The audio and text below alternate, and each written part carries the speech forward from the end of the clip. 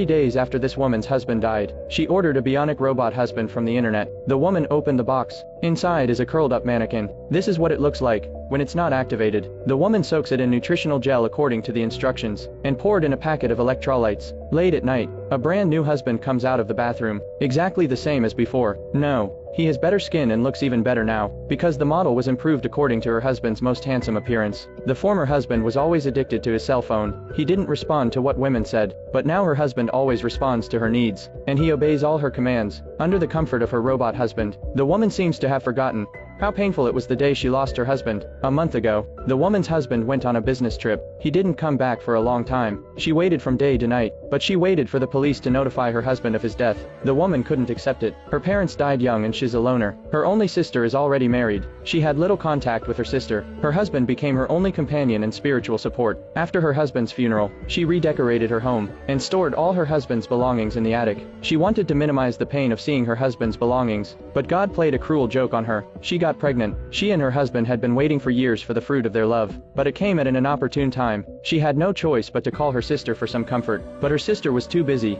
taking care of the baby. She didn't hear the phone ringing. The woman was alone at home and felt intensely isolated and helpless. Finally, she got up and rushed into the bedroom, turned on her computer and logged into a chatting program. After clicking start chatting, a person with her husband's avatar sent her a greeting. This program was introduced to her by a guest at her husband's funeral, who had also lost a loved one. It collects the deceased's online information and synthesizes in virtual person. Then it talks to the family in the deceased's voice to ease their pain. At first, the woman rejected it, because she thought it was an insult to her husband.